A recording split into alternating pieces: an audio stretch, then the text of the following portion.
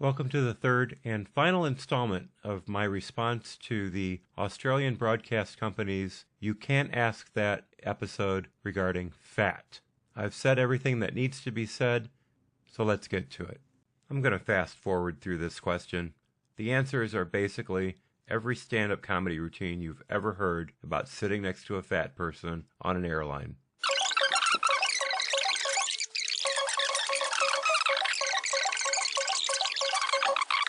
Do you exercise? No. I am active, but I don't exercise for exercise sake. Taking one look at that double-bagged chin you've got, and I don't believe you're all that active. And what the fuck is exercise for exercise sake? You exercise to get healthy. Why would you exercise just to exercise? You're making no goddamn sense. Yes, I do exercise, but not as often and as much as I'd like. Okay, but you are exercising, so there's a start. But I have to ask, are you exercising because you want to be a little healthier, because you want to lose some weight? Or are you exercising for exercise sake? The clown lady wants to know. I figure I'd want to know too. A group of friends and I did what we called aquaporco, which is actually synchronized swimming for fat women. Did you enjoy it? Was it working? Do you wish you could have kept it up? Did you have to stop because of the baby? Or did work get too much? Or both? Going and doing aqua aerobics 3 times a week, that's exercise. I exercise a lot compared to what people assume I do. Water aerobics is great. I do water aerobics. But there's not a lot of cardio in water aerobics unless you're in one of the advanced classes. So maybe you're going to want to step things up a bit. Get to a gym, talk to a trainer, see what else you could do to really help things go. Still, best answer so far. Not only exercising, but at work as well. Going to work is like, going to the gym every day, and that's one of my favorite places to go and do my exercises. I read a study some time ago about work and its benefits as exercise. Even strenuous jobs just don't give you the kind of workout that a good 30-minute cardio-intensive session will do. You may think you're getting exercise while you're working, but trust me, it's not happening. They were saying, well, look, our bodies can do what other bodies do, and we have a right to be in public places, and we're bathers and so on. What in the name of Muhammad's 9-year-old virgin blood-encrusted dick are you talking about? This is the question, do you exercise? And now it's about having the right to wear swimsuits, as if that has ever been a problem. Goddamn feminists. There was a stage where I was on a really, really ridiculous regime of exercise. People don't believe me, but I would literally exercise between 6 and 8 hours a day. I was also on some pretty full-on diet pills at the time. They were basically amphetamines. I had this incredible manic energy, but in the same sense, I couldn't work. My work was in really bad state because all I focused on was exercising and losing weight. So exercise is bad because you were a fucking speed freak.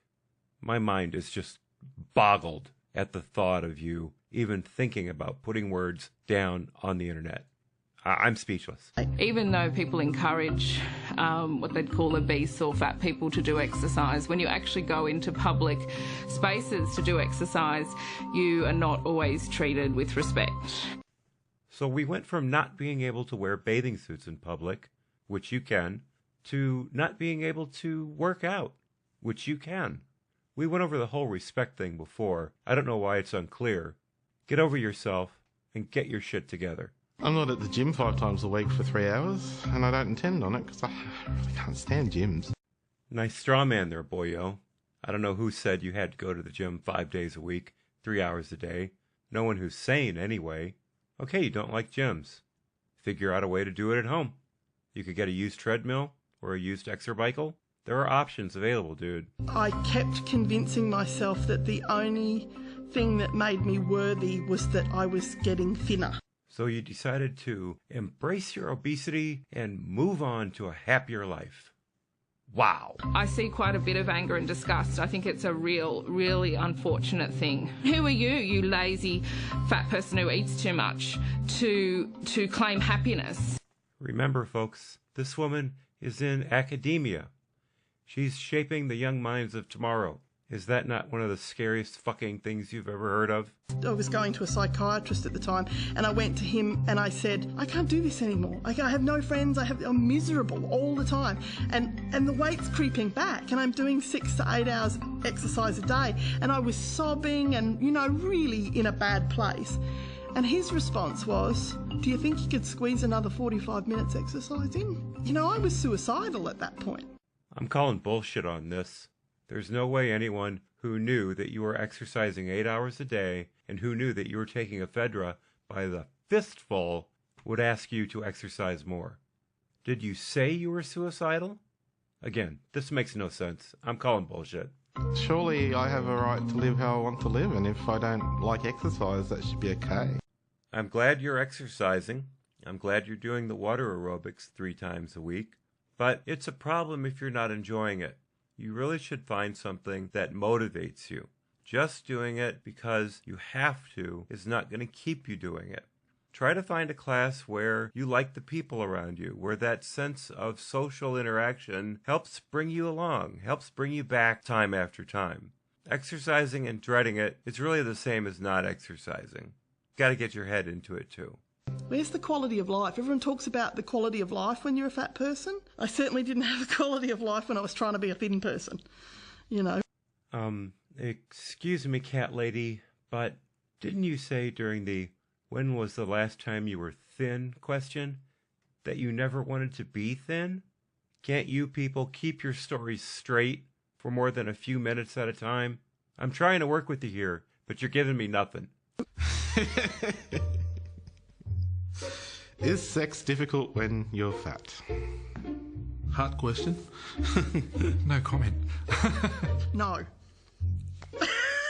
No, not at all. I know, I think sex is pretty difficult most of the time, regardless. Gotta find someone who wants to have sex with you first. Sour grapes from the guy who said he doesn't want any consequences for not exercising. The rest of this question is answered the same way over and over again. Yes, it's possible. You have to make some adjustments. If you don't believe it's possible, go to Pornhub. I think the search is whale hunting. There are books, the aforementioned videos. Yeah, you can get the job done. I'll just fast forward to the next question.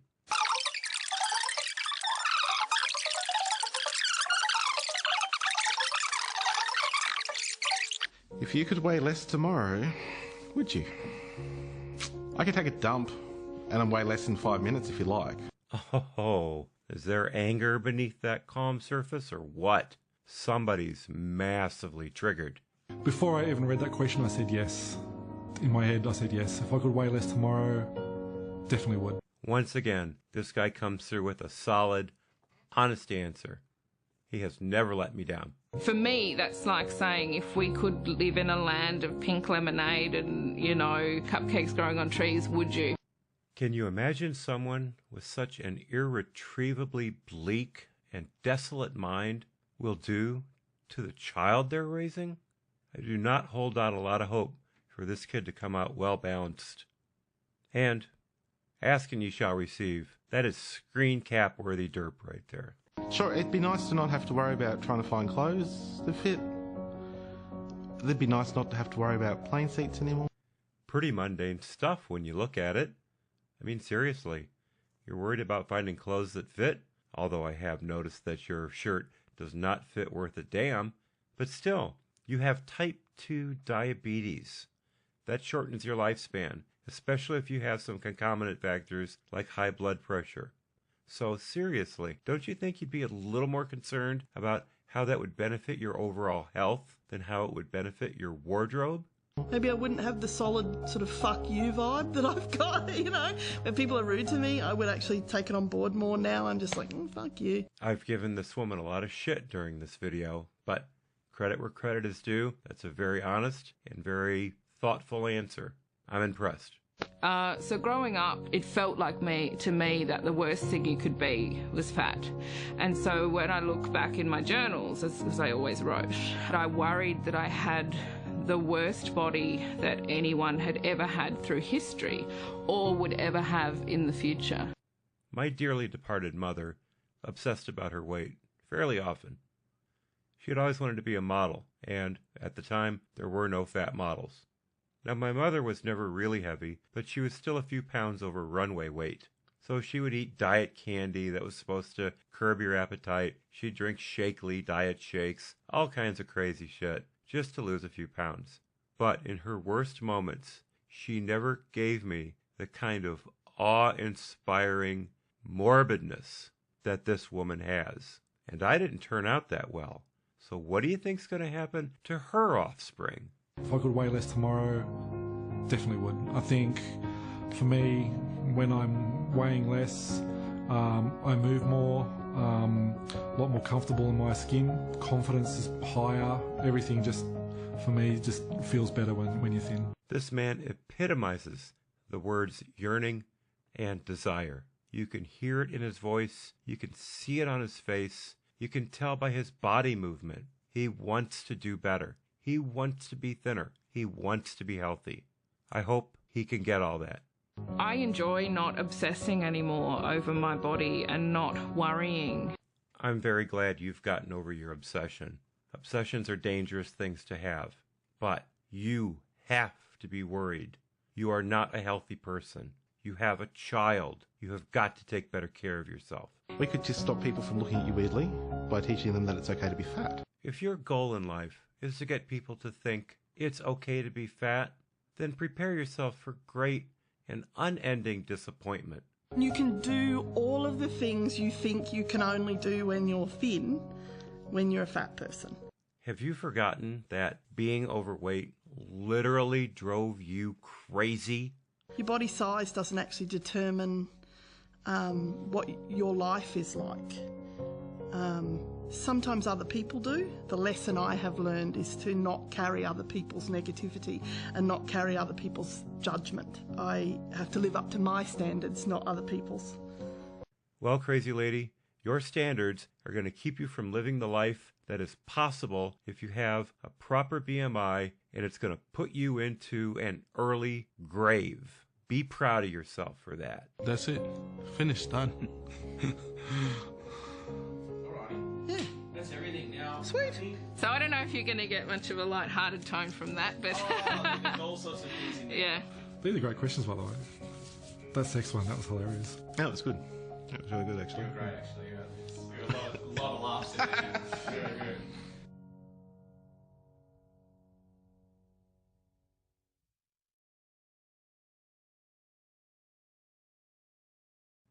So I Googled the good Dr. Jenny Lee. She works at Victoria University. She teaches creative writing.